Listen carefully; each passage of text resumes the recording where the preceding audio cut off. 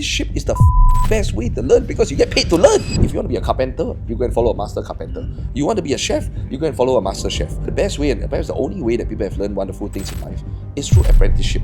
Melvin Soh is the coach and strategist behind many of Asia's top speakers, coaches and sales leaders, and he has also generated over 45 million combined sales for himself. You are the one giving apprenticeship to young adults.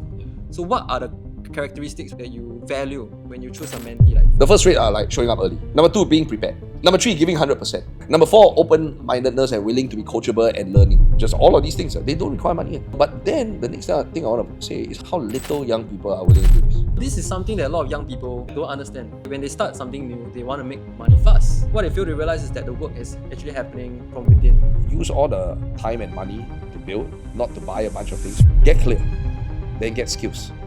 Then after you get skills, you get money. Then after you get money, be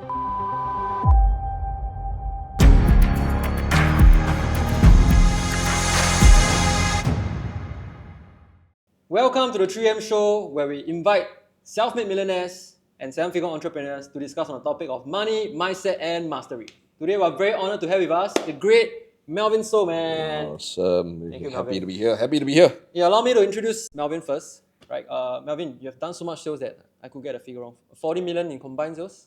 45, more than 45. I'm so sorry. And I stopped counting already. these Alright, days. man. And you are known as the strategist and the behind-the-scene coach for many of the top speakers in Asia and now going to US as well. Yeah. And the clients have done really well. I think every single day I see the ads. I think that there's actually a summit that's running now today and tomorrow, and I noticed that on the speaker lineup, it's quite a prestigious summit, and teach about social media, and about 3 or 4 of the speakers are actually our clients. Wow, that's amazing. So our clients are talking on big stages. That's also. right, man. And I think this is something that you might not know. When I was like, I think 3 to 4 years back when I first started this journey, you are the person that inspired me tremendously.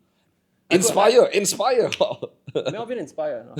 I could resonate to that because you drop out of uni. But something I don't understand, right, is that, dude, you had straight A's. Yeah. Can you run me through your thought process? I think the thought process is kind of simple. I think I'm fairly intelligent. I think so.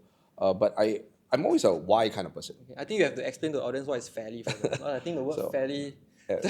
So my PSLE score was 268. Then I went to Chinese High, and my O-level score was 8A1s, 2A2s. Then I went to Hwa Chong JC, and I went to the top stream in Hwa Chong JC, which is called the Humanities program. And over there, I did in the A levels. I did straight A's, 4 A's. I did a special paper distinction. So that kind of means that whatever scholarship you have in Singapore, whatever prestigious uni or Harvard, Cambridge, Oxford, etc. During that period of time, because this was like at least 18 to 20 years ago, I basically could go to every single university or so, right? So sometimes you highlight these kind of things and people get all upset. Is he trying to show off, guys? This is like 20 years ago. Who the fuck cares? I don't care. Okay. But this is a fact. Also, my mom has somehow kept the cert. So if you want to see it, I can produce it probably somewhere yellowed out. Bro, you can give away 50 points of PSLE and your score is still higher than mine. All right. Like, what was your thought process? I mean, you had your whole life ahead of you. You had scholarships. You could land a high-paying job. Very high-paying also. Yeah, exactly. And I heard that there are many schools hunting for you. All the prospectus to send to you. What made you just F it and quit school? So I think the long and short for me was very simple. I've always been a why kind of person. So I'm not against rules, but if you want me to do something, then I need to understand why. Like, what's the reason, right? Why do you want to do this? Why do you want me to do that? And Singapore education system is not well known for explaining why. Singapore education is well known for explaining what. Here's what I want you to do. Why? No, but I said so. And then I'm like, hey man, I don't like that logic. It's called circular logic, right? I want you to do something because I want you to do something. Or I want you to do something because I said so. I don't hear a reason there. So then I found it very difficult and very challenging to listen and follow these rules. The first one, right? So when I don't find a reason to follow the rules, then I don't feel like following the rules, which of course lands you into problems. Now, when you land the problems, then I get to send the discipline master's office a lot. However, I have the ability to talk myself out of problems. So I never get caned and I never get expelled. Also, my grades are good also. So it's a bit confusing because I'm good grades, but also always in trouble. Usually it's one or the other. I can somehow relate to that. I get into trouble, I got a baby face. Yeah. So your ability to talk your way out of problems is really critical. Yeah. So this happens all throughout, and you cannot expel me because my grades are good also. And it's not because for any other reason apart from the fact that I like to have a reason why you ask me to do a bunch of things. And when there's no reason, then I find that this rule has no meaning also. So I don't really want to do it also. And so we extend all the way till when I was 18. And during that period of time, I think my mom was very demanding, and I felt the love at home was very conditional. It was like, you do well, you come back, and then, you get to starve off punishment, a caning, a scolding, or whatever pressure she put on me for just few months, or just few weeks, or just few days until the next test. So imagine you do this for 18 years, right? Then the last thing you want is to go through another exam and test and fuck this. So I was like, okay, the moment I finish the A levels, 2 years of NS, I make some kind of money, I want to get out. So that was why I wanted to leave. So your mom is like a typical Asian mom. Like A for I think she's average. not even typical. She's atypical. It's probably why it produced like that kind of grades. It's A is average, B is below average, C is can't eat dinner, D is don't come home, F is find a new family. So so it's probably similar. Actually, it's not probably. It is probably that situation. Because you came back 97 per 100, it was like, where's the 3 marks, right? You come back 100 per 100, then it's like, don't be complacent, you might fail the next time. You come back fail, you just like, you don't even want to go home. Right? But already, that's not going to be good, So you were already a very introspective kid when you were young. You reflected a lot. I don't know if I was introspective, I was just trying to stay alive, and not get beaten. My mom was... And you have a brother that My brother and I were subject to the same thing, just that his grades were not as good as mine. Elder brother? Shout out to him if he's watching this, later he get upset. But it's true. We all grow up in the same environment, bro. We all just try to stay alive, bro. Yeah. So after you quit school, I heard that you had a very rough career. Yeah. So in our channel, right, we want to help like underdogs, people who are starting out, to really make it in entrepreneurship and sales. And I think many of them fail to understand that there's this phase of life where you have to go through a lot of shit and struggle. Yeah. And you are definitely someone that can relate to that. Can you tell me more about your journey? Yeah, so I'll take you back now. It's 2008 to 2009, right? So I do university for 1 year. And I cannot overcome the logic that my mom had also. Because I finished NS, my ORD date very specifically, I think it's 13 Jan 2008. See, I can remember. My memory is very good. I teach memory. You're fairly intelligent. Fairly. So during that period of time, once I come out of like NS, like I was kind of lost. I feel I don't want to go to uni, but they keep sending prospectus to my house. So then I couldn't overcome the argument my mom had, which is like, if you don't go, then how you don't like it. So I was like, fuck it, let's just do 6 months at SMU. And then then I eventually did like the next sem also, but next sem I barely went also. So I officially like never went back from June 2009 onwards also. And then during that period of time, like I was like, okay, I don't want to go to uni. And that's why I tell a lot of young people also. You don't go to uni is one thing, want to quit is one thing, but knowing what to do is another thing. So it wasn't like I had skills, I didn't have money, I didn't have connections and network. Yeah. And it was a problem, but I didn't know how much of a problem it was. So looking back, would I have done the same thing? Actually, I also don't know. Okay. So I was like too dumb to be aware. Like, so sure of yourself, probably watch a few movies, thought I want to go out there and do it. Didn't know how dangerous and hard it would be. And just be like, all right, I want to quit. I quit already. Like, the money they gave me for SMU scholarship was 10K at the start because my grades were good. It ran out real fast. Then now I was like, oh shit, like, what skill I have? The A level, that 4A cert, that's like generally a bit useless. I got no skills. I don't know how to sell. I got no friend. The money's running out. I had to do a lot of odd jobs also, teach kids, do a copywriter job for a dating coach. Okay. I even gave out flyers a few times. Just whatever the heck I could do just to get by. Try out e-commerce also, but didn't really have a mentor during the period of time because all the boot camps were like $2,000, $3,000 US. This is not the age of YouTube where you got tons of videos. Information. Or everything is behind a gate-kept payment wall. Okay. So, you want to attend SR events, $2,000, $3,000 US. I will do 3,000. I pay one time. Know as SR? Success Resources, right? So they were bringing in like speakers from overseas. Everything was at minimum $2,000 US. Then I was just like, then there's nothing to watch. Like there is not a lot of ebooks also. And ebooks were largely like, there were some, but they were largely like trash. It was 2008, yeah. So yes. Okay. So imagine I have no skills. I don't have a lot of money. So I don't have money to go and attend courses. Okay. And like I got no friends and connections. I'm fucked already. Like the only thing I have is National Library. Okay. But I also don't know where to begin. So I think Melvin mentioned a super important point.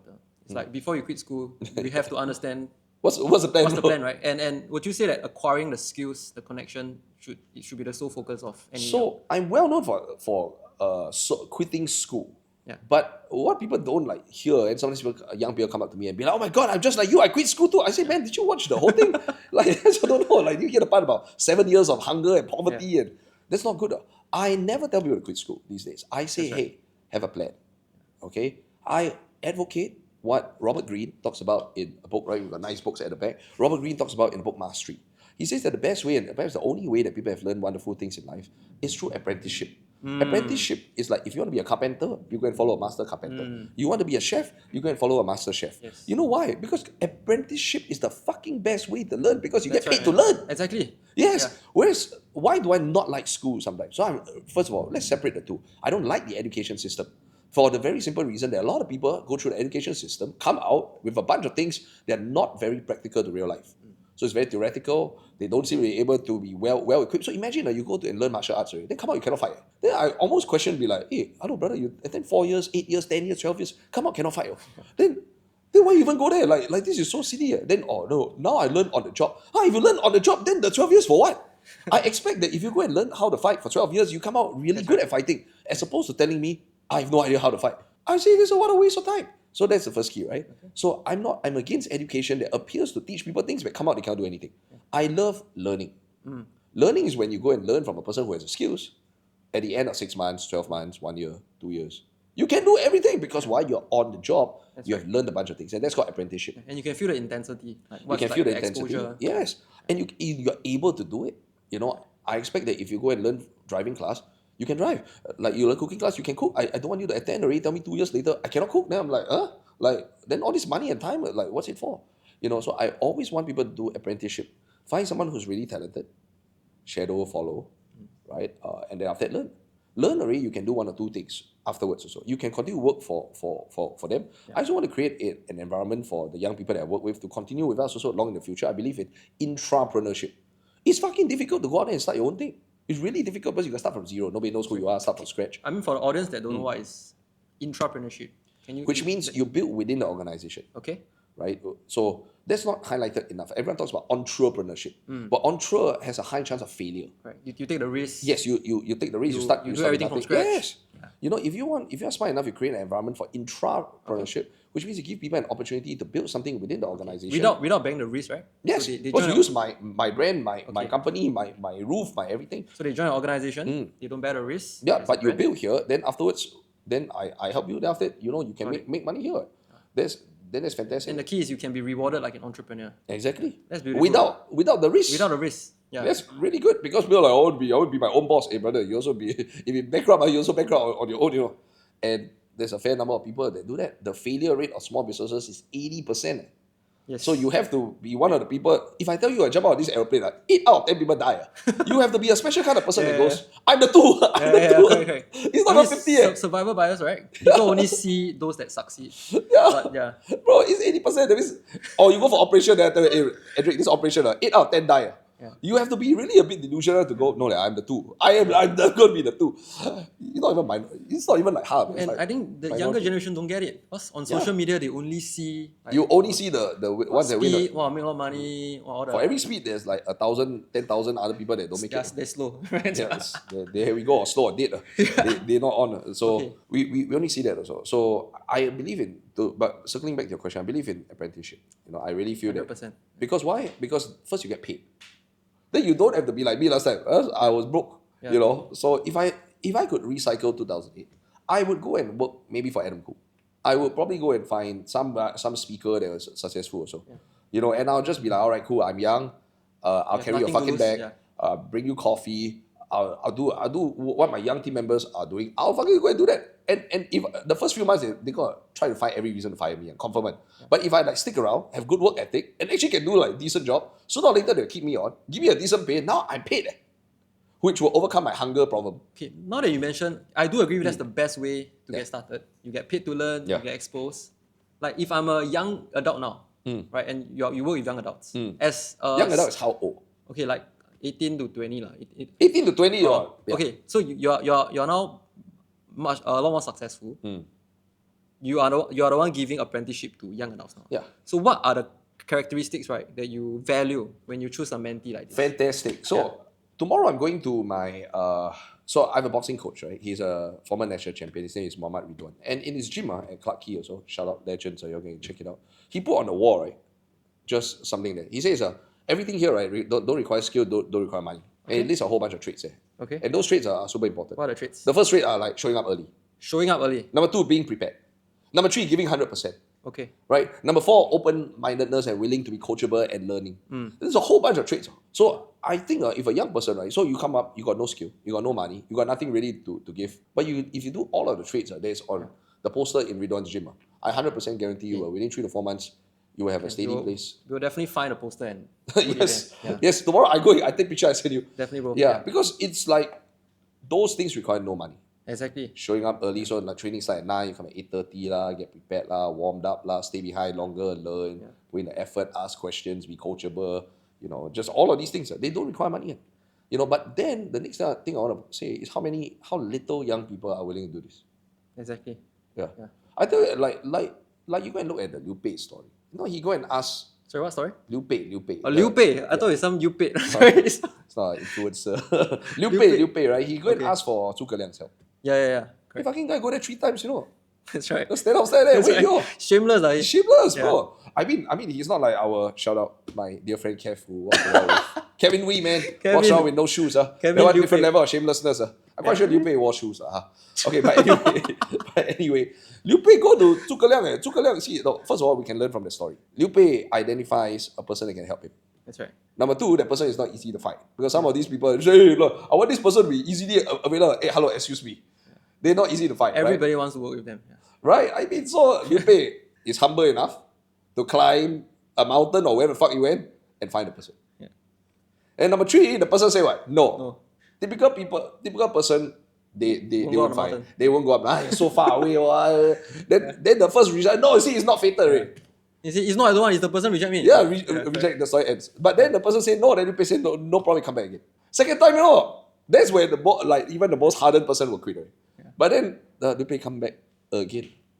And he tell the guy, hey, sorry, I got to come back until say yes. Oh, that's I'm thinking of inevitability. Yeah. That means what? I'm not leaving till I get it. Do whatever it takes. After a while, the Zhuge Liang also like, okay, I think this guy's serious. No, and I noticed that successful people, right, are drawn to such people with high desire. Yes. Like that the eye of the tiger, Yes, I tell you, I hope you guys, if you do this, please don't quote me, just in case, But I mean, if you really wanted to work for either myself or like Adam Khoo or many of these successful people, you fucking just go back over and over again. See, I don't know. I feel like this is going to encourage a lot of these kind of people to come and harass me and find me. But if you're able to find them, if you're able to state a case, you're going to be persistent. Sooner or later, they will take note. There is a certain level of respect also. That's right. For like the fact that this person has been rebuffed but keeps coming back. Yeah. Keeps coming at the fucking Rocky Marciano attitude. Not already come back. After one person's like, wow, not bad. Like, they might just literally give it to you just out of the spirit. Just because they like, wow, this person has got. And every one of these older but successful people used to be young and they had the spirit. Yeah. And so they like the spirit. Yeah. Reminds them of their younger self. Yes! Yeah, exactly. Right? And sometimes they even do it, right, to test you also, to see, okay. Because every older generation thinks the younger generation is strawberry. I kid you not. Every older generation, it's written in history of time. Every older generation from the Roman times also, they all don't like younger generation. They all think the younger generation is weak. And maybe it's correct. But if you're able to demonstrate strength of character and you're able to show that, nothing can stop you, and it's inevitable. You know why? Because after a while, you brush the third time, you don't care already. I'm gonna come back until you say yes. Whoa! Then you see a switch flicks on in you. The first time you're like, oh man, I hope it doesn't say no. Now you're just like, I don't give a fuck, man. If it takes 100 times, I'm here 100 times. That's right. And then that is inevitability thinking. That is when the frame switches. That's when the other person goes, oh shit. Bro, you're going to receive a lot of messages from your DM, right? But of course, when you are persistent, you must add value, right? You have to add show value. And the truth is, I resonate with that because when I start out, and Homozi said this also, he says, man, hey, at the start, if you got no skill, you got no money, you got no friends, you must have no shit, And I resonate with that because why? I started the same way. I also go and text people. I wrote a post about this. I go and text people also last time. People didn't want to give me the time of day. I also go and reach out to people. I also go and walk up to people. I had to do all that. I got rejected a lot also. Okay, so 7 years of struggle, right? Like, did you had apprenticeship all along? No. What was the turning point? Okay, what was the thing that changed everything for you? I did what I felt was closest to apprenticeship, which was, retrospectively, it was the best that I could do.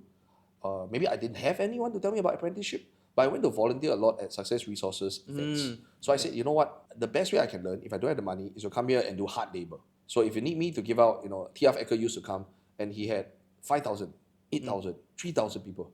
Hey, those chairs we got to go and line up one. Okay. So you can line up 3,000 chairs, fuck lot of chairs. And SR had a certain way of like aligning it. So you got to put tape on the floor, right? And then you have to put like pieces of paper on 3,000 chairs. It's a lot of work also. We'll stay up late, arrive early, high-five people, do whatever it took in order to do it. I was half like, mic battery change guy also, pour water. But it allowed me to be in the room, to see him on stage, do his thing over and over and over and over again. It was just what I did. I was either backstage or I was front of stage. And I just witnessed, I was soaking in this entire atmosphere, understanding how it's like to speak to 5,000 people. And here's another thing. On the break time, I would stand on that stage because people would go on a break. Okay. But I'll stand on the stage and look down upon 5,000 people and go, oh, so this is how it feels like. Okay. Even 3,000, this is how it feels like. And this is like for years. Because I would volunteer for every event also. So I got really familiar on what it felt like to stand on stage, looking down at Singapore Expo, Hall 123, to 3,000, 4,000, 5,000, 6,000 people. Also, right? At the start, you can be like, oh my God, I hope no one kind of sees me. After a while, it was like kind of in my I won't say comfort zone, but it was something that I got used to also. Okay. Like, this is what it looks like. This is what it feels like. Now, obviously, when I first started, I later started and speak in front of these people, it was different. Standing there as a crew, looking down upon empty chairs is different than if the whole place is packed and people are paid and are expected. Like, what will you say? But it got me in that feeling. That was like, I don't know if it's apprenticeship. That's so powerful, man. Right? I mean, you literally visualize yourself and you manifested it, right? And so by soaking yourself in the environment, how else did it change you? Do you feel more? I think I saw 3 or 4 things, right? I saw how sales was done. I told you just now that my max was, as of now, 45 minutes, 2.25 million. That's crazy, man. Revenue collected. That's what people do in like probably a lifetime. Yeah. Okay. Probably a lifetime. But at the same time, I saw half do the same thing. I saw half sell Quantum Leap. I saw different speakers go on stage and be able to sell over a 3-day period, probably make $5, $6, $7 million. And I knew because I was the one swiping the cards. So I was behind the sales table. People would come over, run over with their 10, 12K, package, and they want to swipe on with their cards, and they will come. And we were total up the sales, and we realized it's $5, $6, $7 million. And so in my mind, I was like, it is possible. I can see that it's doable. I guess that's the first key, right? So I also saw how different speakers, half was the one that I just went back over and over again, as I keep mentioning him. But it wasn't the only one that I did also. But I just did a lot of his events also. Then I also saw how he impacted the crowd. You have to understand, he's on stage doing his thing. For every impact that he has, I have to be the one giving out whatever the equipment is, the toy, the paper, the equipment, the worksheet, everything also. So I would be really familiar with how this went. Does that kind of make sense? Like, I need to know the program side by side also. So I got really soaked into here's how a program is run. Here's how sales is run. Here's how this flows. So I intuitively understand it, right?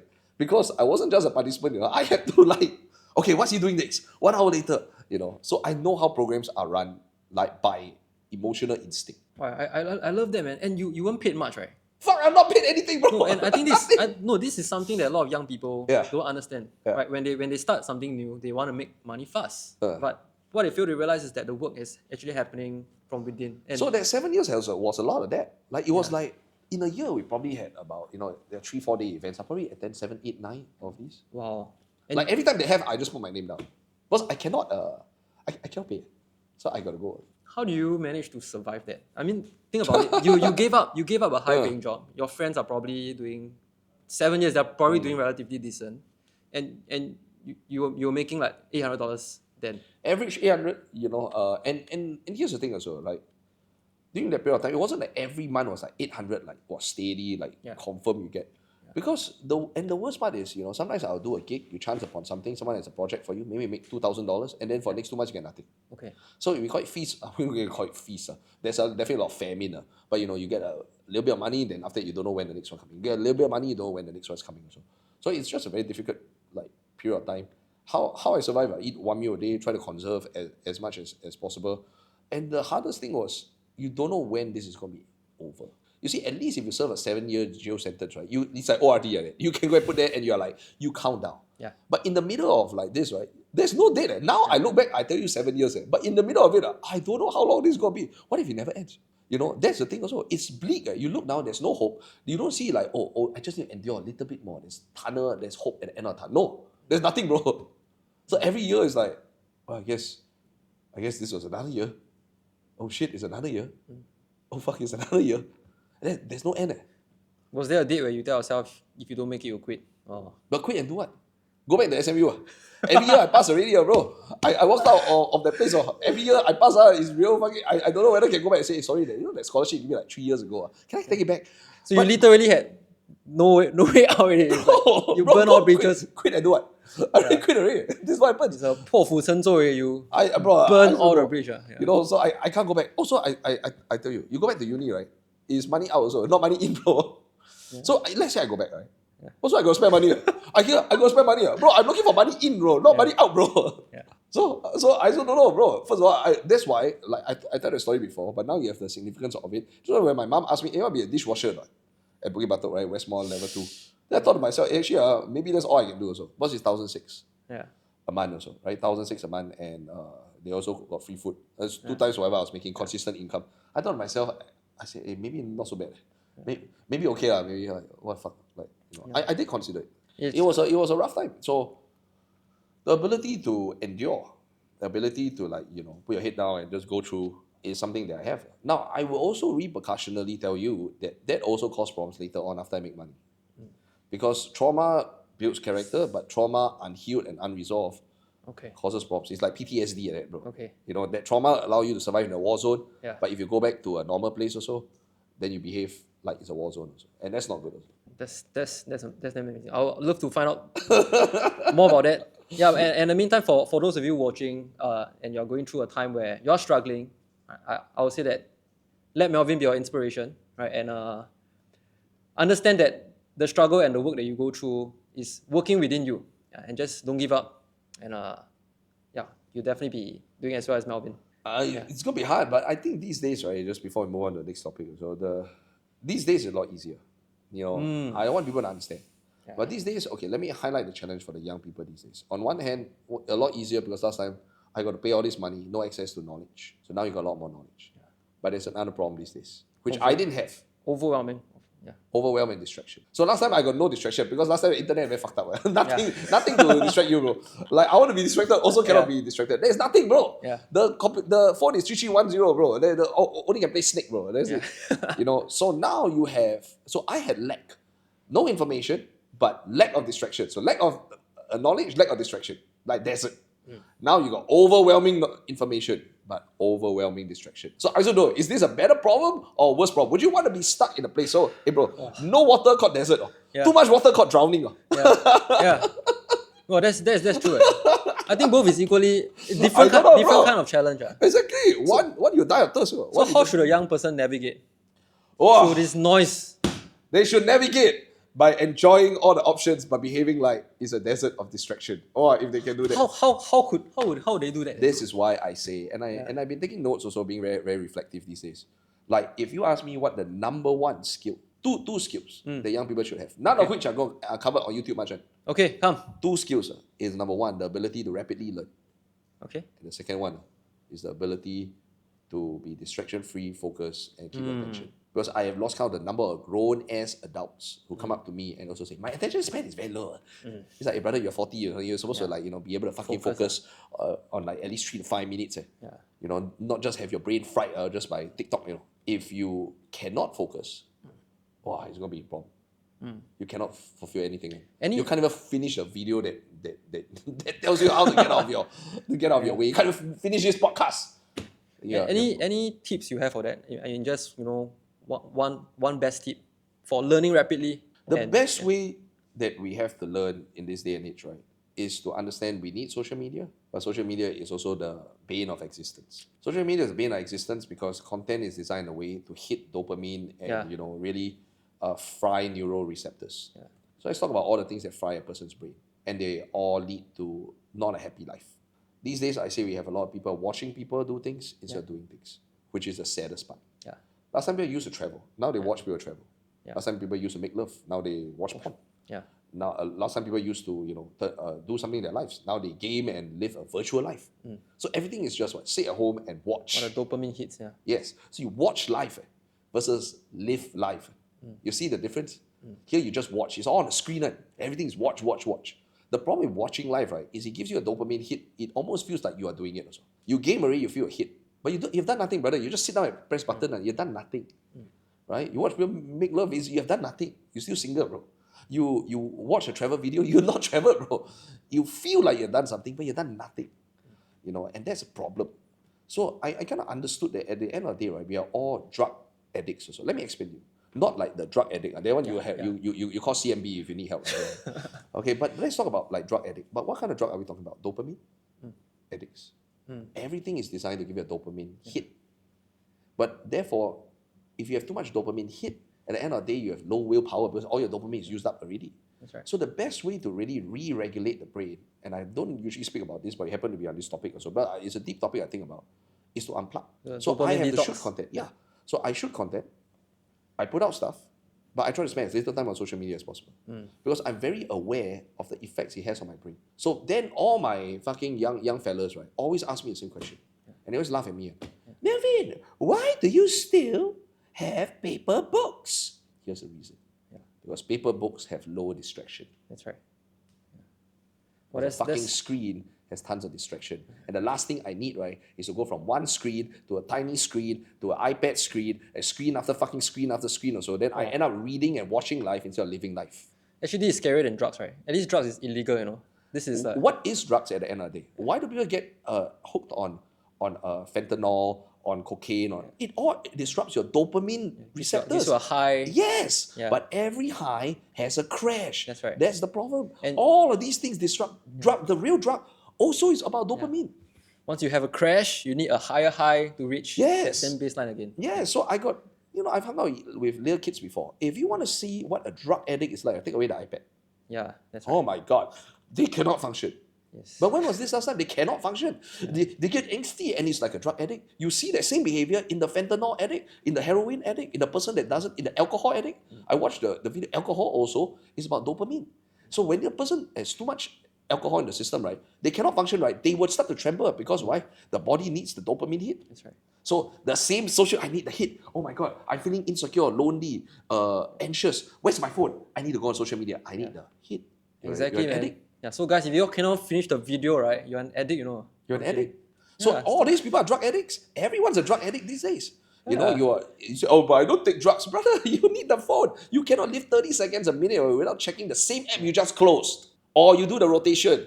TikTok, IG, Facebook, YouTube, TikTok, IG, Facebook, WhatsApp. I need a hit. I'm looking for somebody to respond to me. I need a hit. And the truth is, I struggle with that sometimes as well. Like, I put a lot of blockers. I even put a gray screen. But sometimes you just lose yourself in that. Yes. Instead of constant scrolling. And what happens, right, is then you drain your dopamine. Because when you do for too long, you feel tired, right? Even though you do nothing, so you can't be physically tired because you're just sitting there and scrolling. But you feel mentally, you know why? Dopamine gone. Then now you just Exactly. then you got no willpower already. You can't do anything already. Which is the same look that people have when they game for too much or watch too much porn. Or like watch too much YouTube, then they just they're gone. Yeah. And then imagine you do this every single day, right? No motivation. You just this is your life. Just watching the screen. So the skill of being to stay focused and not to be distracted. Yeah, so I go on, I do whatever I have to do, and I want to stay away from the computer as much as possible. Which is why, like in my bag. By the way, I have a book in my bag. The book in my bag today is the book that you were trying to give out. That I bet nobody was. I got it from Kev that day. Nice. Think and Grow Rich. Yes. Morgan, you go and take up. You open my bag is right there. Morgan, it's right in front here. Would you recommend this book? Open it up. Yeah. And do you see a book inside? To me, take out the book. Ta-da. So what do we notice first and foremost? Number one, it ain't a fucking digital book. Number two, so we are this is paperback. Paperback is heavy, so I mean that's why my bags are heavy sometimes. Do I recommend this book? I was very curious when I saw you giving this book out. First of all, I think it's a great thing. Second of all, I predicted you will not be very successful at giving this out. Because I don't think a lot of kids will know who Napoleon Hill is. Well, we gave in a manner where it's pretty interesting. Oh really? So y'all can check out the video. Because I was like, first of all, I think it's noble. I think everyone should read it. I was like, I know about his success rate. Well, we asked young people to choose whether they want $20 or this book. Then? And you are right, many people chose the $20. $20. But this is the book that really This changed book my is life. worth 20 mil, bro. Exactly, man. Yeah, and Yeah. okay, I think Melvin, you gave a very good foundation for people who want to go from 0 to 1 mil, right? The ability to stay focused, to have desire, and you cover a lot of the mindsets. We'll get into the part where you go from 1 million to 10 mil because many of your clients Yeah, like this. you can talk about tactics, mindset, everything. But what do you think are the top skills in today's world, right? That young people should focus and double down. I mean, you talk about apprenticeship. What kind of skills should they learn while on the apprenticeship? I feel like we should put this book here since it's fucking Non-sponsored, by the way. non-sponsored. Napoleon Hill died already, so never mind. So he cannot sponsor, so he died already. So, but anyway, the skills that your question is like, what are the skills that are for young people? Is it? Yes. Like Okay, not that they know they need to be focused. Yeah, So- what skills should they master in? I think you want to start with those two first, learning and being focused first, because it allows you to gather all kinds of skills. Now, depending on when a person watches this video, the skills are going to change. So let's talk about things that evolve with time and things that don't evolve with time. Okay. Which means permanently you're going to need it. Yeah. If you have all the skills that don't evolve with time, which means permanently you're going to need it, you'll do well forever. Yeah. The ability to sell, the Ability ability to to sell. communicate, and the Okay. ability to lead. So let's break down the three. The ability to sell is the ability to get people, after you talk, right, to take an action. Click something, give you money, something. That is called ability to sell. You do that, you're forever. But every business depends on sales. You know, you create, buy a great product, but some fucking guy need to buy it also. And when people need to buy something, they need to have internal and external resistance. Internal resistance is, will this work for me? Should I do it now? Is what if it doesn't really work out? That's internal. The ability to help them overcome it, really important. External resistance. How is different than other thing? What if I get for somebody else? Is this what does this work for my business? You see, so that's external resistance. So ability to overcome internal, the fears they have, and external resistance, thereby taking action, is ability to sell. That's very important. Number two is the ability to communicate. The ability to communicate, right, doesn't have to involve selling. It can be teaching. It can be making a point at a meeting. It can be persuading people about your idea, right? So some people call that sales, but I put sales as a transaction, right? You get people to take an action, monetary, financial, business-wise. The ability to communicate, make a point. I think we should move forward in this direction, this direction, this direction, this direction. Really important also. A lot of people say, why it helps if you are in a job. The ability to communicate a point makes you seen, makes you heard, puts you on stage, higher visibility. Good things can happen. That's number two. And number three is ability to lead. Lead is when you gather a bunch of people, maybe you even need to recruit them, and you direct all their attention and efforts towards achieving a goal. Vision, Yeah, right? So there's a CEO, there's a leader, a manager, etc. The ability to lead is very important. Now, if you can lead, sell, and communicate, oh my God, you are looking at high 6 or 7 figures. Yeah. So like we don't even need to get to other like skills that in trend. Just this alone, every company, right, regardless AI, robotics, even a sewage cleaning company or content creation, if you can say, hey, I can lead, I can sell, and I can communicate. Oh my God, they say, hey, sorry, red carpet for you, brother. Yeah. And if you can bring in $1, 2, 3, $5 million extra in sales, brother, high 6-figure minimum. And you're right, it's evergreen, right? Like no matter how the world change, you need the ability to sell, communicate, and lead. Yeah. So we got red carpet for you, just straight up. Okay. So that's the first skill. Now the second one is like time sensitive, period sensitive skills. So these days, the period sensitive skills are in the area of AI, the area of content creation, the area to make a point on camera also, the ability to build a community, do all this kind of stuff also. So I think these are skills that you can start out. I think young people should start out with skills where they can exchange services for income. Now, why do I not advise everyone wind up like, we got a few young drop shipping folks, these days and doing that kind of stuff. I don't always advocate e-com first. I think it's... I agree with you. I don't know, there's some younger TikTokers might disagree. Clip this, man. No e-com at the start. I would not always advocate e-com first. Let me explain to you. Nothing against guys that are doing e-com, but it's just hard for a lot of people. Number one, ads difficult. Yeah. Fucking competitive. You need money to make money. Number two, you're damn right. First of all, the game is hard. Yeah. Okay, you got savages. E-com is like, these people are savage. Number two, so you savage, but you ask yourself, are you a savage? You look inside, you are lamb, you go, you die already. And number two, before you run the ad, you need money also. So you got lesser money, you got no skill. Wow, bro, this is not good, man. Right? You're feeding Facebook with the ad spend. They go, still get destroyed. Like I'm trying to save you, like people think, oh, Melvin's hating. No, bro, I'm trying to save you. You know money. Imagine this right now is a UFC fight. You have no idea how to fight. Inside everyone is a champion. What thing will happen? No, but it's a very sexy idea, and a lot of course gurus they sell you the idea because you will want to buy a course. Destroyed. You will get destroyed. It's very difficult. So first key, very difficult, right? Then the next one also. You need to have some decent amount of money. Yeah. Okay, to kind of get started, So you have no money, no skill, no inventory, no idea what you're doing. You're going to go in and get destroyed. It's like you want to fly a plane, but you don't have a runway, right? You expect a plane to fly in like 10 meters. So I don't advocate people to start out there. So, someone's going to tell me, but this person did it. We mentioned the word survivorship bias. We look at the people that kind of survive. It's kind of like the plane go down, 275 people died, one survived, and you're like, hey man, but the guy survived. He's like very low percentage, man. And I just would not advocate that. So I advocate learning skills and then exchanging that services to other people. I won't say even first pot of goal. Build some kind of income. Yeah. Right? Exchange services that you can learn. So this is an arbitrage. What is an arbitrage? Arbitrage is the ability to learn something and be better at it. And even though this person could go and learn, they don't have the time, they don't have the money, they don't have the time, they don't have maybe the resources, or they don't even are aware of it. So you learn it, you're able to go to them and offer them that service, and they will pay you because whatever they pay you equals greater ROI for them. Because they save time. Yes, they save time, right? So let's say a 45-year-old guy, he runs an SME, you help him with AI or content or whatever, right? He could spend the next 3-4 years learning about content, still not get it right. Or he can pay you, he can come in for 1.5, whatever amount of money, you can do it, and then afterwards you can succeed. Yeah, and so wealthy people are very willing to pay money if you can help them save time. Yes, and then afterwards, then later on, because of your efforts, if you are able to help them generate greater levels of sales, they're more than willing to pay you more. So that's how I started also. I think that is more likely route for a lot of younger people, as opposed to somebody telling me like, hey, look at this particular guy that does dropshipping, e-com and other stuff also. Because for every one person you show me, right, I'm going to show you a whole bunch of people that might not be successful. That's right. Melvin, thanks for sharing so much about the foundations needed to go from 0 to 1. You coach many of your clients that does multi-7 figures, 8 figures, some even 9. What do you think is required to build to go from 1 to... The moment you want to get to 8, right, you got to let go of everything that got you to 7. Okay. So that's that's the key. The longer you do something, right, you realize that unlearning is as important as learning. Okay. So let me explain to you. What get you to 6 will not get you to 7. What get you to 7 will not get you to 8. Okay.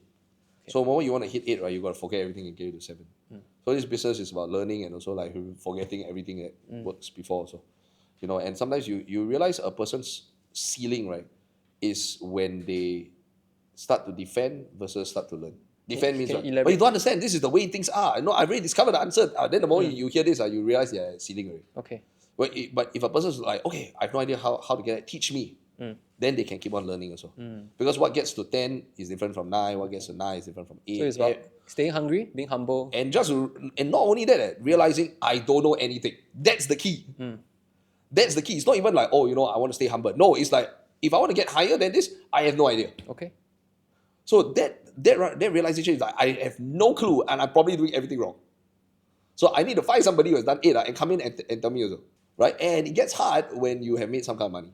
Because then you're like, hey man, what the fuck I need to listen to this guy come in? I made some money, but you're not made this level of money. That's right. So you need to shut the fuck up and be a good listener. There are different levels to the game. Yes, So you can play S League, then you can play, Asian League, then you can play, Premier League, then Champions League. Correct, Champions League. But the Champions League, but what get you to the S League are not going to get you to the A League. You can be the best in the S League. Yes. But when you go to the Champions League, this is the way I do it. Yeah, that's why you're the best in S League, brother. Yeah. But you're not going to make it in the other league. So then you need to understand you have no idea how it is like to play in the other league. Yeah. So just go in with not any humble, go in with 0. Just be like, all right, guys, please teach me. Right. And you rather be the smallest fish in a big pond than to be the best fish or the biggest fish in a small pond. Yes, yes. And so I think I'm aided by the fact that for 2 things. Number 1, I have the mentality of a uni dropout. So I just go, I don't fucking know anything. So I got nothing to defend. That's right. You can understand. Also, I've been broke for 7 years, so I don't give a shit. I just go in and go, I don't know. I have no issues going, I know what the fuck I'm doing. So that's my advantage. So even till today, I'm like, I know what the fuck I'm doing also. So then number 2, right, I've already set up a lifestyle and an image where I have nothing much to defend, which is done deliberately. Yeah. Because if I'm already looking like this, I'm not defending like. Tell us more about your lifestyle, right? So I think this is something that I really resonate with you. yes, Yeah. I found one thing, Yeah. and a lot of people just say, "Oh man, how come it doesn't buy all of these things?" Let me explain to you why. And it's actually a deep reason. I'm a bit smarter than I look. So let me explain to you why. So in boxing, there is a saying, and Mike Tyson said, he said it's very difficult to wake up at 5 a.m. and do the runs if you're sleeping in expensive silk blankets. Wow, this is deep. Can you repeat that again? He says it's very difficult to wake up at 5 a.m. and do the morning runs. That's required to be a champion when you're sleeping in expensive silk blankets. Yeah. So what's it mean? Now, why do some of the boxers, wake up early and go and run? Because they broke as fuck. Yeah. So they got nothing. They're hungry. They're hungry.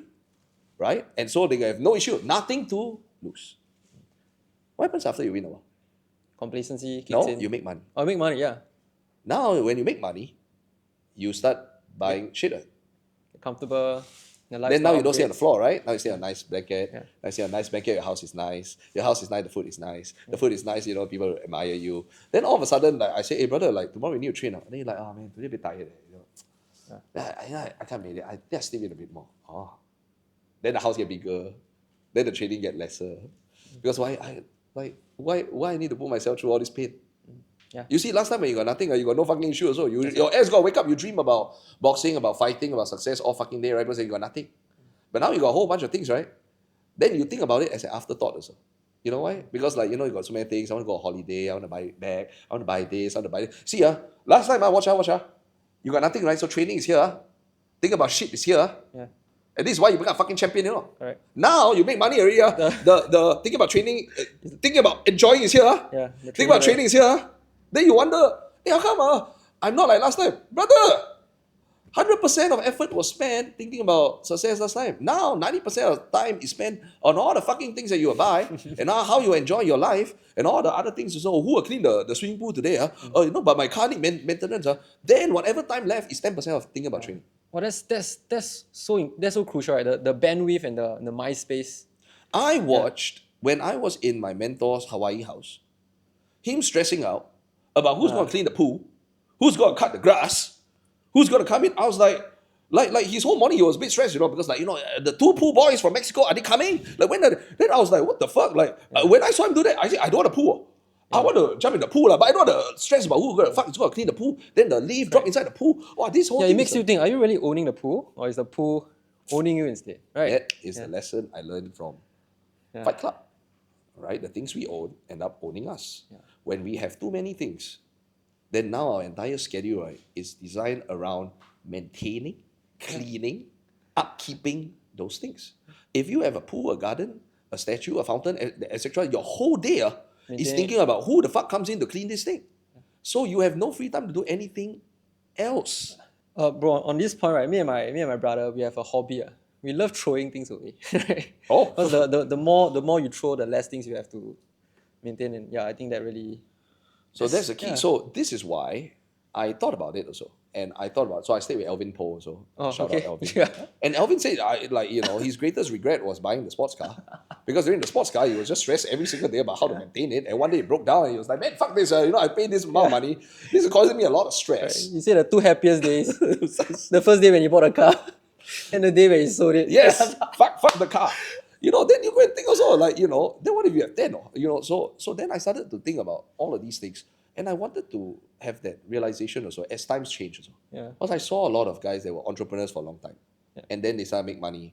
And then all of a sudden, it became about things. And I saw their hunger level disappear. Yeah. I also saw the hunger level disappear. And when the hunger disappears, the fitness also disappears. Yeah. The drive disappears. The energy disappears. And they become like an older shell of themselves. Yeah. Then it's almost like some elements are there, but it's like retired football players where moments they look like that, but then it's gone already. Yeah. But now then they have a whole bunch of stuff there. Then I thought to myself, I don't really want that. Because then you become a has-been. Yeah. But you see, this is the first time I'm sharing this also. I've done so many podcasts, the first time. So what's the alternative? The alternative, right? Then you go and think, right? If I don't want a whole bunch of stuff and I keep the hunger, what's the alternative? The alternative is to have none of this stuff. Wow. This is a commitment. Yeah. That means in order to keep my hunger, right, even though I can buy all these other things, right? Yeah. Then I gonna sleep like when I first started. Oh, there's a commitment there. You see, one thing to say, another thing to do. Yeah. So I had a divorce back in 2021. And I'm still good friends with my ex-wife. Then I thought to myself, gee, I don't really feel I need all this. So I said, actually, I don't even like being in the house that much. I just need a place to sleep, shower, store my stuff. So I said, okay, then I'll go all in and have the simplest life also. And live what I just said, right? Which is the fact that if you want to go all in on the hunger that you want, then just have very simple things and then make the work the priority. Which is very difficult, easy to do when you have nothing at the start. Harder to do, because people are now confused now. So where's the car? Bro, why are you taking Grab? Why you live so simply? But I said, but I want it to be that so that I have the same level. Fight, the same yes. Yeah. So my life is simple, so then then I have the same level. Because if I believe in this, but I still accumulate a bunch of stuff, then it's like. Would you say that keeps you fulfilled and happy as well when you are constantly growing? I think you need to find what makes you happy. I think growing, making a contribution, this makes me happy as well. There's also been a time, and we're kind of moving towards talking about stewardship of money and the way you want to lead your life. When I first met money, I was very ill-equipped to handle it. That's the thing I told you at the start. It's like PTSD. When you don't have money and you crave for it, that you have a gap, like a hole in your heart. The moment you have it, the hole in your heart still remains. And so there's nothing worse than having money, but having scarcity. So then I also had that moment where I was like, I didn't know how to handle this also. You dream of something for so long and then you have it, and then all of a sudden you don't know how to handle it. Because you have dreamt of having it for so long, not having it for so long. So when you dream of having something, you don't have something. So you have so much lack that when I give you, you also don't know what to do. Because you're too used to not having it than having it. You can't understand. That's deep. Yeah. So all of a sudden, okay, so now I'm a millionaire, but my mentality is still broke. I'm a broke millionaire. Yeah. And it's like a bottomless pit, right? So I don't know how to handle the money. I can relate to that. I struggle with that as well. Whatever money you have today is what you dream of. But once you have it, there is that it's still not enough. It's still not enough. You don't feel very good. Do you compare yourself with people? Yeah, there's a lot of different feelings also. Because you have had more time not having it than having it also. Yeah, and then you also don't know what to do. You see, that's the problem. So that's why these days I like to talk about how you can stay at the top and rise to the top versus just getting to the top. All books are about getting to the top. All books are about hey man, here's how you go and date someone. Then the book ends with getting that person. Hey, hello, you get the person is the beginning of a relationship, not the end. Yeah. It is not a Disney fairy tale where happily ever after is the obtaining of something. So no one talks about what happens after you get it. And so I didn't know how to deal with it. Yeah, so then I made poor choices. I was either drinking a lot, I was spending my money foolishly, or I was just doing a lot of stupid things because I just didn't know what to do. Then it took me a period of time, I would say the period from 2020 all the way to even 2023 or even 2024 to be like, here's how you behave properly with money. Here's how you behave like a proper person. Here's how you, be a good steward. Don't have money and make a fool of yourself. So I think that's really important. And I'm happy I went through that because I still see successful friends of mine behaving like a fool. And they have not gotten that lesson. And there's no one teaching that seminar, right? Here's what to do after you have made money and become successful and famous. So no one teaches that. They might have money, but they might not be wealthy. I think that's the difference being rich. Yeah, and they might not know how to let the money get the best out of them. Because money allows you to indulge in everything you want, including every vice you want. You got a womanizing problem, you can get a whole ton of that. You have a drug problem, you can get a whole bunch of that. You have an alcohol problem, you get a gambling problem, you can have a whole ton of that. Whatever you have on your mind, right? Amplifies with money. You can get a whole ton of that. And last time, maybe your life was better broke, But let's say you got a drinking problem. Last time you're limited by money. So you run out of money, you cannot drink already. Yeah. Now, brother, you got $100,000. Oh, no. Yeah. It's a bad idea. Now you can drink anything you want. And then they will keep selling you. And if you don't have people around you to go, brother, this is your third bottle already. You should go home. The fucking guy will keep selling you. And you ask you, hey, tomorrow want to come back? Tomorrow want to come back? Oh my God. And you can think, that's worse. Your life is worse. Because there are always people that go, I see an addict.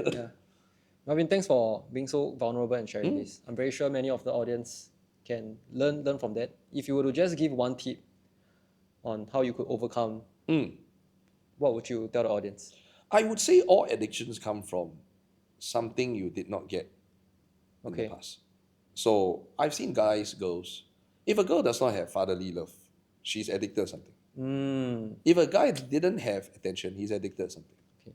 If you don't feel something, your addiction is a coping mechanism for something you did not have. This is also a good shout out for everyone who wants to have kids, right? Okay. Do not fuck your kid up. Yeah. To not give them trauma, right? Yeah, because then What happened in your early childhood affects how you. if you didn't get something Okay. that you really wanted, then you have a hole. Okay. And that hole remains later and manifests into, so why do people join gangs? What was one thing they realized about people join gangs? They have A broken sense families. of yeah. They find a sense of So belonging. there's a hole. Yeah. And then somebody identifies the hole and preys on it. Goes, oh, this guy got no sense of family. We can get him to come. Yeah. Why do people do drugs or whatever they choose to do? Poor behavior to a large degree is because they didn't get something. I'm not saying all, but if anyone has any addiction issues, always look. Okay. I can just save you the time. Just go Okay, and look. There's something you did not get. So look for what happened. Look for the traumas that happened when you were younger. Yes, because most addiction recovery issues also, right? People know they only solve the symptom. Like, hey man, if Edric's addicted to gaming, right, or gambling, let's stop him from visiting the website, Yeah. right? So let's take his PlayStation Resurface. away. So then they try to solve it by like just the symptom. It's surface, kind of like Panadol, Yeah. But the real question we need to ask is The psychological. why does Edric feel a need to game 6 hours a day? What lack and hole in his heart requires him to not live life, but to live a virtual life? 6 I hours. don't game 6 hours a day, by the way. No, just an example. Just an example. He Yeah. doesn't.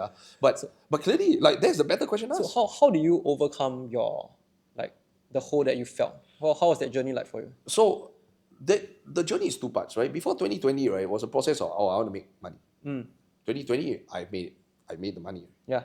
Then the money comes, but then the money also floods into the other areas of life that are not healthy. So as I have a divorce, so as I spent most of 2022 drunk and high most of the time, just because I was drinking a lot, I think the number of sober days were less than what I can count on my hands.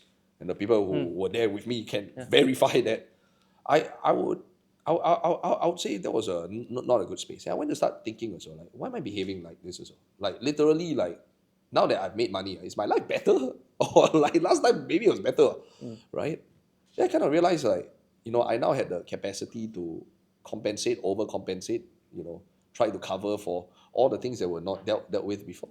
It wasn't that these things were new. They were always there. But last time I had limited resources to indulge them, So they're always there. It's like, like character problems or like whatever problems. They're always there, But now you got more resources to indulge all the problems. Yeah. And so now it becomes really significantly problematic also.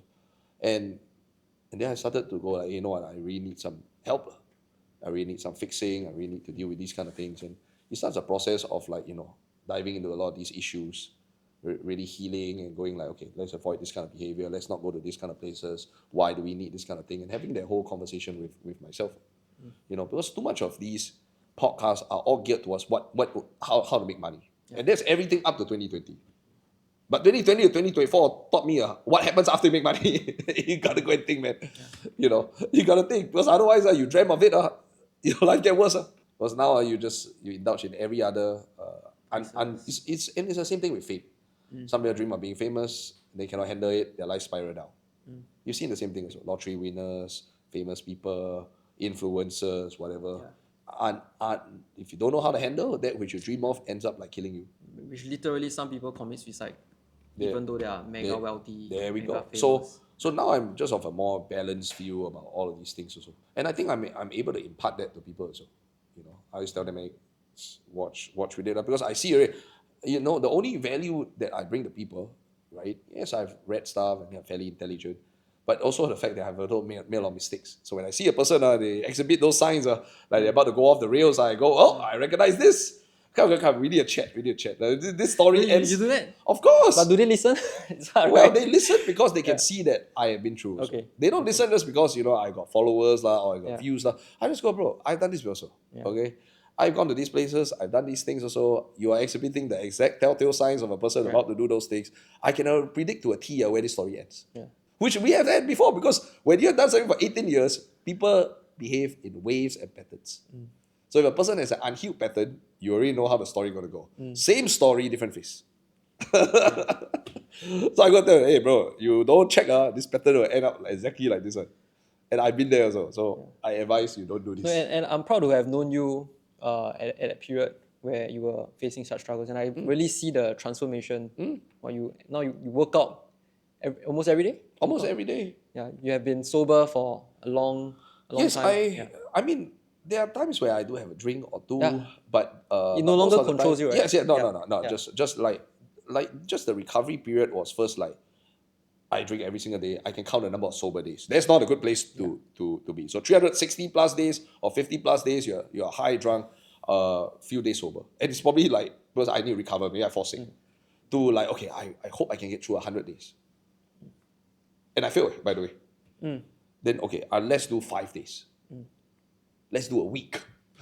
Like a week, like 7 days straight. Like we can do this, guys. Yeah. You know. Then eventually turning it to counting the number of drinking days, because most of the time I'm sober. Like this month I need to drink 3 times. You see, last time I'm only sober 3 days. 3 days in a year. Now I'm like I need to drink 3 times this month. Like not bad. To like then eventually reaching a point to be like, actually most of the time I don't drink. I don't account because like I don't drink. So then that's Guys, this is the real shit, man. Everything behind the scenes. A lot of people just share the glamorous part. But, but I think this is important because it's like important, nobody on the podcast, there are 99% of podcasts tell you how to get to the top. Nobody tells you, right, how to stay at the top. Because if you get the top, you know what to do, right? It's a fucking straight down, bro. Yeah. Like a crypto coin at toe, you know. You go and right down, bro. And you go down faster than you get the top. Because now you got a lot of money. So let's say you have a problem, you have $1 million now, bro, you can do anything you want, bro. It's a problem. Your life gets worse very fast. So when I was younger, I was very impressed with people who buy branded goods, luxury cars, like leading the life. But you know, now that I'm older, I admire people like yourself, where you have true freedom, right? Where you you don't have any things controlling you. I think if two things. If you really enjoy the branded goods, which means you buy it and you know whether you enjoy it or not, right? Do you feel a need to wear it? Would you care if nobody knew? Yeah. It was branded. If your answer is I don't give a fuck, congratulations. Exactly. Wear it for yourself, right? Whatever. That's fine. Yes, then wear it passion. because actually you're doing it for I yourself. have friends who are like this. Yeah. They really love cars. They love like the bag, the brand. It's like, my former business partner Joe, right? He loves buying expensive watch, but he buy a watch to which you don't know a brand. So it's called quiet luxury. So his entire goal, right, is for him to wear something cool, right, but you don't know a brand. So he wear for himself. Yeah. Please knock yourself out, okay? If you just like if nobody was here and you wore all your Gucci and you're like, yeah man, I fucking love it, please go and buy. Yeah. Shout out to Joe. That's the first one. So if you love it and you buy it for yourself, please do it. And number 2, which means you cannot take 200 pictures of it. You cannot keep telling people, hey, Gucci, cannot. You just go wear it for yourself. That's the first one. Yeah. Number 2, right, is if you have the financial means to which this is not significant. Because there are people who also buy these things, right, and later on, right, they're bleeding in their bank account. So they're really bleeding to impress people. That one is sad. But if you have more than enough money and buy it for yourself, you are a winner, bro. Please keep buying whatever fuck you want to buy.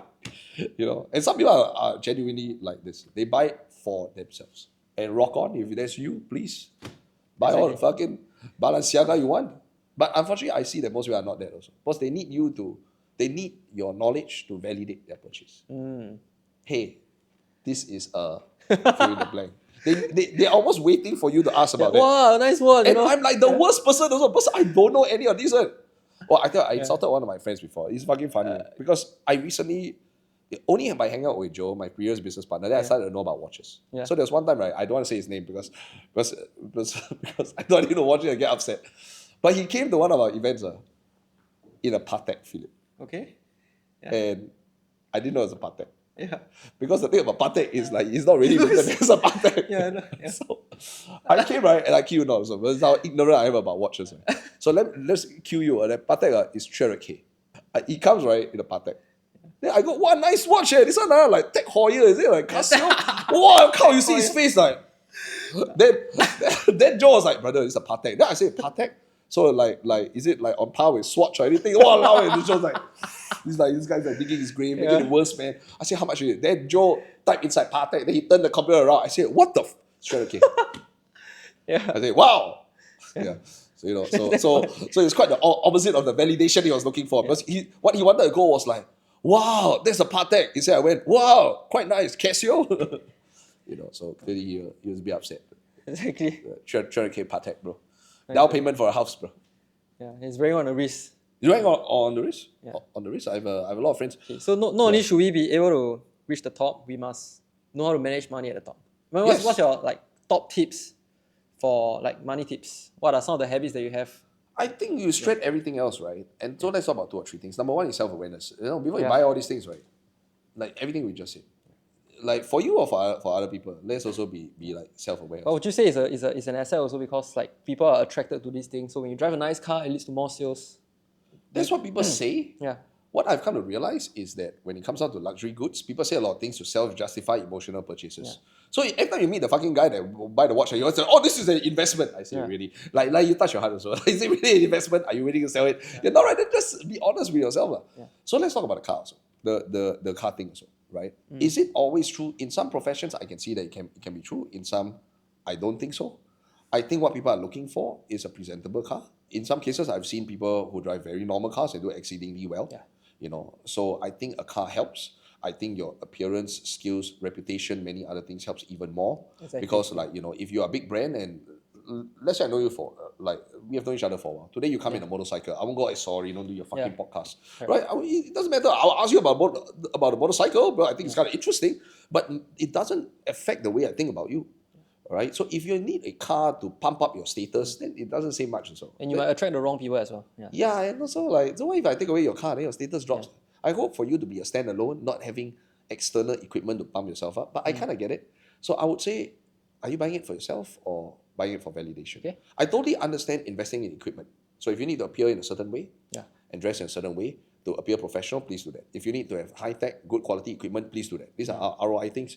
Please spend those things. I'd rather have a very simple house. Because like for most people, at least for myself, a house is what? A place to sleep, shower, store stuff. I don't need something very fancy. I also don't spend a lot of time inside. I'm always traveling. But the equipment has high utility. Okay. So when you buy something, you look at the value, right? You look at the utility. I'm very function person. Right? So we have an iPad here. I want you to have the best iPad also. So you don't tell me you do halfway, sorry, very lag. Yeah. Oh, that's like a Zoom call blur. Right. I don't want this kind of stuff also. I want maximum internet speed, maximum maximum memory. Everything is fast. We're able to do our work very, very efficiently. That's where the money should be spent. So that's the second one. So the first one, ask yourself whether you need it. Number 2, for equipment, please go higher. Number 3, creation of experience for the people that matter. Okay. So for your girlfriend, fiance, wife, then go if you work so hard, right? You don't want to go to Paris Disneyland and be like, hey, sorry, so we take the long queue. Long queue is 2 hours to wait for one ride, bro. Fuck that. Our one is the best, the highest also. So I've taken folks, right, to go to USS. And there's a Minion, there's an Express, there's everything, right? Now the ticket not cheap, but you throw everything in. It could be, for 3 people, it could be $1,000. I know, but I spend $1,000. Right? I will do that 100%. And that is the key also. So fuck your t-shirt for $500. Do the $1,000 so that matters, right? That's time. We can clear through 30 rides, do the whole thing also. Yeah. That's great. I was at the zoo yesterday, and apparently you can hire a guy to walk for every place and explain to you what the animal is. Bro, if I don't think she needs that, but if you wanted to, right? If she was from a different country, and she needed a Singaporean tour, you can hire one, bro. They follow you around and they explain this is a rhinoceros. I was stunned. I said I didn't know this was available. So there were a few China tourists that had that. Exactly. Bro, pay. Money well spent, experiences, right? Yes, whatever. Can touch python, pay. Can hold a parrot, pay. Bro, that's what I did recently. I also paid to touch owls. There we go. If you can go Paris Disneyland, pay. First queue, go in there. Watch Blackpink. Want to see at the back? Can't even see shit. Yeah. Fun ticket. First row, pay. Exactly. Those are memories that you're gonna stay for a long time, right? I would never watch Blackpink, but I think you get the idea since you're in town this week. Yeah. You want to sit back seat, row Z, can't see shit, take binoculars. Fuck that. So we want to sit front row seat. The ability, let's say, when Stephen Bartlett was here. Yeah. You want to sit front row, our second from the front. Yeah. Get an opportunity to shake his hand. Pay. So these kind of things. And then the next one also is unique experiences also. So these are educational memories that will last forever. Why? When you're 50, 60, you can look at Jojo and say, hey, you know what? Remember that time when we did Blackpink? What if they got backstage pass? Pay! pay. You don't go and meet whoever the fuck you like. I don't care for any of these girls, but you pay. I don't even know their names also, by the way. But pay. At least I know. It's fine. Don't get upset. Later all the people on TikTok be like, man, this guy's a Blackpink hater. No, I'm Blackpink ignorant. I don't even know enough to hate. I don't even know their names. But pay. If you got backstage, take picture with them, you get chat with them. That's amazing. Yeah. You know, so these are experiences. 50, 60, you can talk about it. I remember that time when we watched this, it was so great. Remember that time we did all of these things. Memories that last forever. Then the next one is unique experiences, which is like, if you went for fine dining, great steak. Do you like steak? Does she like steak? Yes, we love. Oh my god! There's some gorgeous places in like KL. You get to basically sit and turn. You eat great steak. You turn this way. These are Twin Towers, KLCC. Oh my god! Pay. Send me the name, and I'll go there. Like, we love steaks. Yeah. So these are all like great. I'd say business class also, and even first class. I mean, if you can manage it also, those are great because sometimes travels are long. You don't want to reach there, and your back hurts and this kind of thing. It doesn't bother me that much. I like taking economy, by the way. I like taking economy plus because actually, like maybe I've been broke for so long. Last time I can sleep very well there. I don't give a shit. I can sleep anywhere. I don't give a shit. So sometimes I'm like, I just don't lah. I just still take economy plus. It's like I can pass out there. But I know for some people it matters, or they want to bring their family, their mom and dad, and first time ever sit in economy class, sit in business class. You can do it. So these are great experiences also. Going to the best places, watching the best concerts, meeting the best people, eating the best food. Then I would say, hey, let's take the money we make so much and indulge in these experiences. Right. So the material stuff, the equipment, high end. The experiences, oh my Memories, god. Memories that you can talk about for life. forever. Yeah. Provided you don't have 老人痴呆, what's it called? Yes. But then you have the albums and there are stories, and you talk about, remember that one time 3 years ago we did this, and 3 years ago we did, oh my god, just I could remember the time we were still in Taiwan. I was attending your program. Yes. It's amazing, man. So there was that. And any other tips on money? Do you invest? Do you invest your money?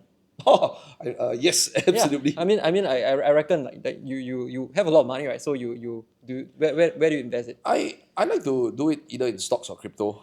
Okay. Yeah, I think it's something that I don't want to advocate anyone do this. Other young people go and buy meme coin and lose money and then say it's Edric or Melvin's fault. I'll tell you first. But I'm pretty sure you don't buy meme coins, right? You buy like I have done every kind of thing before. Oh, okay. I think the greatest issue with investing is people chasing another person's investment style. Or chasing influencers that are good at selling causes but maybe not good at investment. There are a lot of these kind of people around. And it takes you losses to kind of realize like, oh, maybe I shouldn't have followed that. Yeah. Or maybe a method that works for somebody might not work for you. So that's very important to talk about also. Finding something that works for you and suits you. Because some people sit in front of a computer all day. That's their life. They enjoy it. I think you want something simple, right? Yes, so if you go and follow a strategy that requires you to look at a chart for 10 hours a day, but you only look at the chart for 10 minutes a day, and you will lose money. So you have to find something that suits us. Yes. And it might come at a different level of return. So you look at a chart all day, then you make 80%. But you don't look at a chart all day. And you also don't want to look at a chart all day. So you might not make 80%.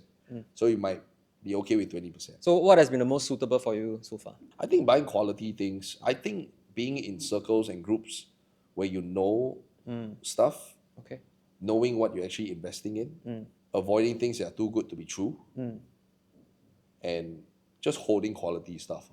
I think ultimately that's really what it means to invest also. So remember, invest and trade are very different. So we need to have that differentiation. To invest is truly to find something of quality and then just, put good amount of money there. To trade is entirely different also. And trading, we can get into a whole different conversation about it. To look for, gaps within the market and how things move.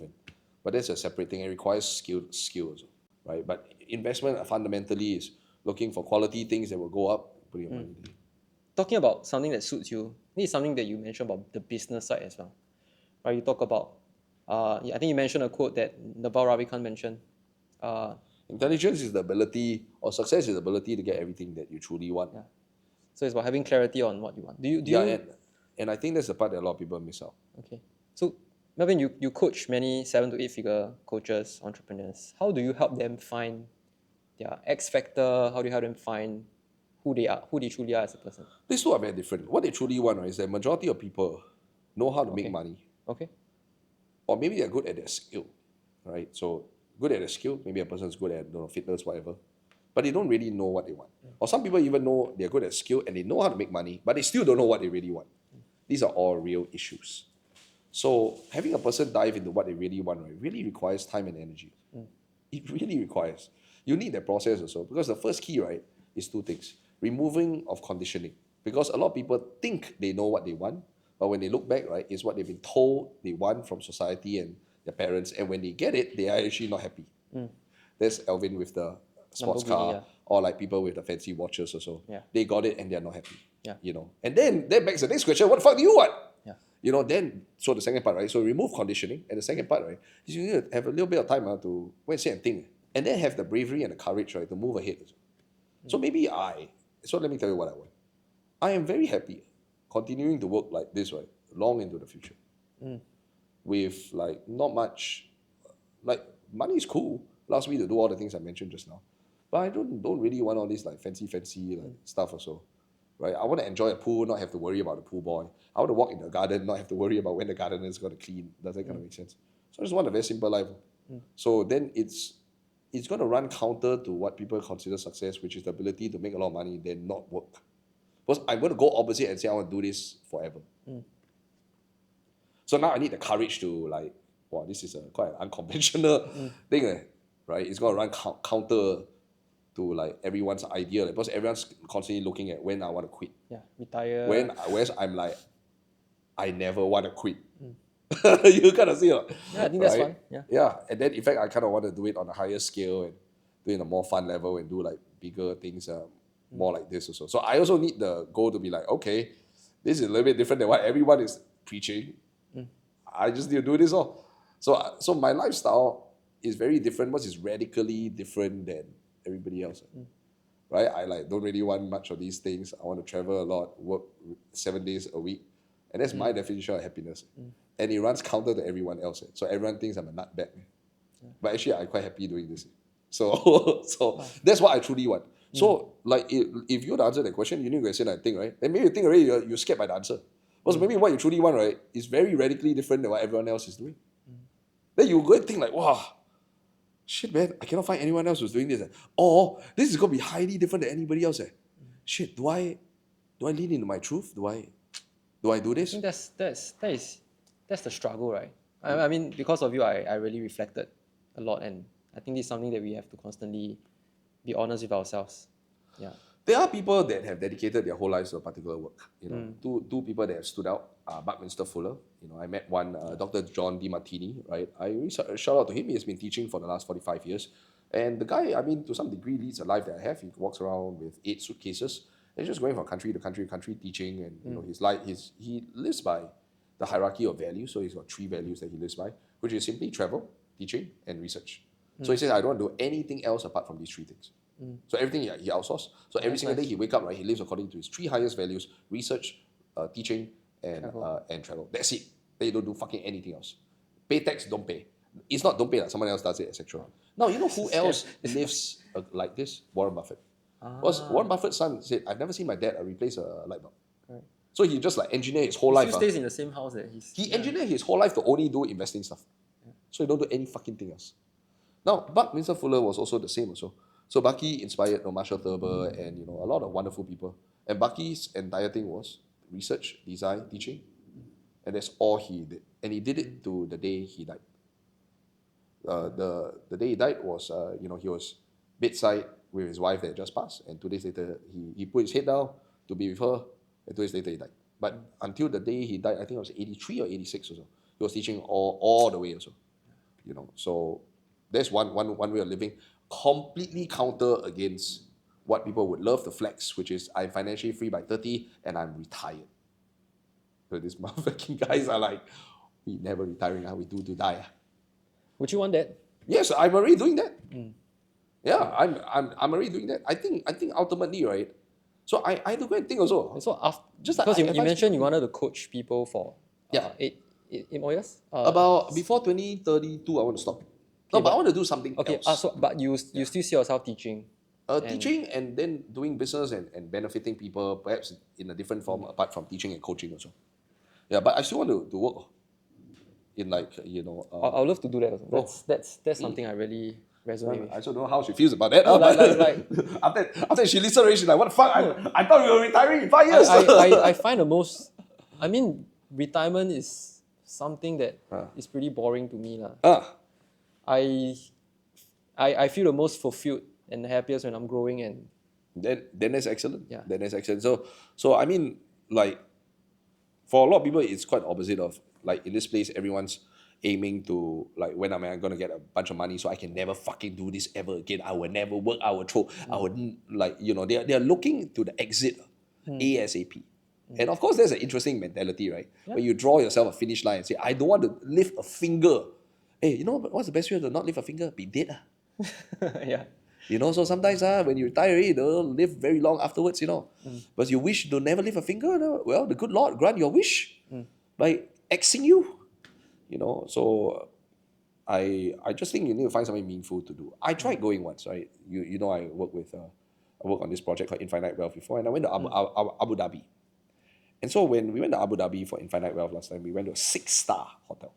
Not 5-star, 6-star. Okay. First of all, I advocate that you guys go and check out Abu Dhabi Hotel. Like, it's nuts. Every dish is world class. Even the cornflake also nice. I don't know where the fuck they get the cornflake from. Oh, the cornflakes are great, the eggs are great, chicken is great. Every fucking, oh my God. So Abu Dhabi is a desert, okay? Let's just be real. But they have beach there as well. It tells you how insane this is. They got beaches. So I sat at a 6-star, and the beach is fucking gorgeous. The water is clear. I don't know where they ship this water from also. The sand is soft.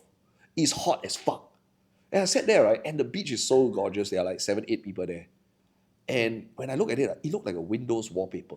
You know the window wallpaper, the one with the beach? Yeah. Okay. The one that every time they put about retirement, is about like this thing is where they retire. Oh my God, picture Beautiful, perfect. yeah. Okay. Window wallpaper.